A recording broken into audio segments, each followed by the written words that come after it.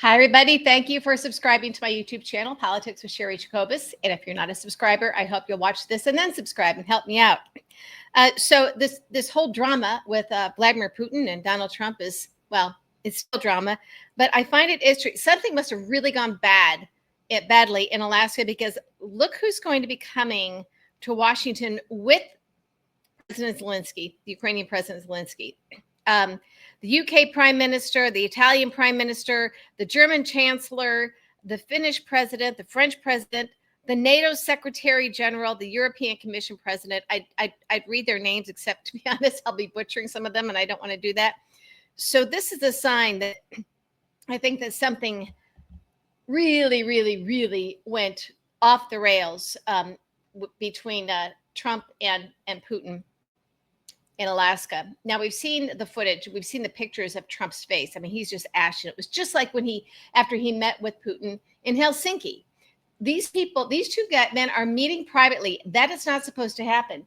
Trump is not supposed to be having these private meetings without interpreters, without other people taking notes. I mean, that's just not how it's done. This isn't his own private business deal. So we know that he had Putin riding with him in the Beast, the presidential limousine. Again, a big no-no. But the main thing is the body language between these two men. All Putin wants is Ukraine, Ukraine, Ukraine, Ukraine, and Trump can't deliver. Just to recap quickly, which, I talk about this a lot. We know that after Zelenskyy did that brilliant drone attack on Putin's planes inside Russia on the cheap, and the U.S. didn't know about it, or at least Trump didn't know about it. If we had people deep inside our intelligence community, the IC, that knew about it, they knew not to tell Trump, because he would tell Putin. So soon after that is when Elon Musk all of a sudden decides to pick a fight with Trump and starts bringing up the Epstein files, okay, and says Trump is in them. So we've always known that, there was this compromise that Putin has on Trump, clearly, and it's clearly from the Epstein files. And in fact, they've hinted that they've got them, that Mossad isn't the only one that has them. So this is starting to heat up, and clearly Trump is extremely, extremely disturbed by this. Carolyn Levitt, his press secretary, what a piece of work. What a brainwashed, cotton-headed filled person she is. But even she looked stricken. So she knows something. There's something going on. So Trump, then he starts trying to offer Putin access to Alaska, our rare earth minerals, giving our stuff away to try and get him, if he'll ease up on Ukraine. See, Trump can't deliver Ukraine. And that's the only reason Putin installed him. I mean, this has been going on, this is for more than a decade. It's the only reason Trump is president. And so we have J.D. Vance going on lots and lots of vacations, just kind of waiting in the wings. And that's who they have lined up next, of course. And so Trump can't deliver Ukraine. He keeps offering Putin other things, hoping that that'll, make him offer money, rare earth metals. It's like, no, Ukraine. That's all he wants is Ukraine. So something went badly. Trump keeps issuing these weak threats, these sanctions and everything, and then never goes through with them, because he can't, because Putin is his boss. Putin is the one holding the strings here. We are in a situation where we literally everything is hanging in the balance, because we've got Putin wants to trade whatever he's got on Trump from the Epstein files for Ukraine. That is literally where we are. It's a barter. Deliver me Ukraine, and I won't release whatever it is. And by the way, it's a lot worse than what we heard about, P-tape or whatever, clearly. So it's bad. And I can't say in this venue what I think it is, but I have on other venues. If you go to Twitter, I've talked about it on my podcast too, that I have over on Patreon. By the way, the podcast is the same name as this YouTube video, my YouTube channel, Politics with Sherry Jacobus, and I conduct interviews over there. I do them once a week. So Trump can't deliver Ukraine. So now we've got him. They're saying that, so they roll out the red carpet for Putin. He greets him warmly. We have our military on their hands and knees at Putin's feet, at the foot of those stairs of the plane, rolling out a red carpet. We have Putin gets our military planes escorting him. And in Russia, they're bragging about it over there. He gets U.S. military escorts in our airspace. He should be arrested. He's a war criminal. He's a murderer. He's a dictator. He's enemy of America. And when you compare that to how Trump treated President Zelenskyy a few months ago, where he and J.D. Vance were bullying him in the Oval Office, and Zelenskyy stood his ground. And then it was shortly thereafter that he made that attack on Putin's planes in Russia. That was unreal.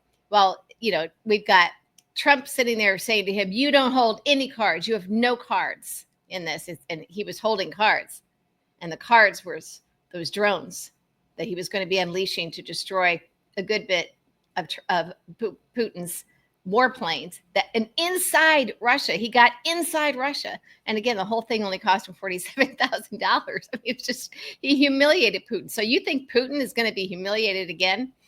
So he's putting the squeeze on Trump, and Trump can't deliver. But something happened. I don't know if I don't think that the European leaders are all coming here for this meeting because they think that there's going to be something that Putin has to release the Epstein files. I think it's a nuclear threat. This is now very, very serious. I mean, it's always been serious, but something is making all of these people come in. And also they're showing real solidarity with Ukraine. And that makes it very difficult for Putin. But Putin's about had it with Trump. He wants Vance. If he thinks J.D. Vance is a better shot at delivering Ukraine, that's what he'll do. I think that Putin, I mean, they've been studying the U.S. for a long time. They've had a big impact here on infecting the minds of many Americans. But I still would rather, I mean, everybody says J.D. Vance is worse. I don't know. I still think that we can deal with the likes of him. We're still America. This is still the United States of America. We're still Americans. We haven't totally caved. We've been weak. We've given up a lot. And we allowed this to happen over the past 10 years with Trump. We did. We didn't take it seriously. But this is America. We can still do it. So we have these European leaders coming. Something happened. And supposedly Trump has said, the White House has said that this time Zelenskyy has to wear a suit. I hope he does not. In fact, I hope that all of the European leaders showing up do not wear suits, or, and this would be really great, this would be Gavin Newsom level trolling. If Zelenskyy showed up with a suit just like Trump's with a silly extra long red tie and orange makeup, but I think that would be hilarious. I think that Gavin Newsom has showed us it's not. Most people say, "Oh, we don't want to lower ourselves to their level." You know what?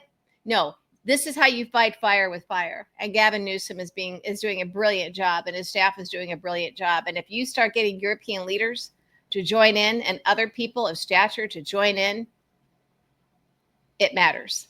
It matters, and you know that it bothers Trump a lot. So there's solidarity with the European leaders showing up for this meeting. It also is a sign that something happened big in Alaska that we're not being told, but you could tell by Trump's face. And here's the other thing. I don't think Trump gives a rat's behind what weapons Putin uses on anybody, as long as Trump himself is okay. What Trump cares about is whatever compromise Putin has on him, and it must be bad because Trump really doesn't care what people think. Well, he does. His ego is so big, but he also feels like he can skate out of anything. I could stand on Fifth Avenue and shoot someone and not lose support. Whatever it is that's in the Epstein files that Putin clearly has on Trump, that he's been holding over his head for more than a decade, it's bad. It's worse than standing on Fifth Avenue and shooting someone. So that is what scares Trump. What scares the rest of the world and normal people is whatever else Putin has planned. And that's why the European leaders are coming here. I'm just remembering when he first launched the war against Ukraine. And remember how we thought that Zelenskyy wouldn't last the night? We expected reports that he'd be killed. Here we are. How many years later? He's still standing. That gives me hope. So let's be as strong as him.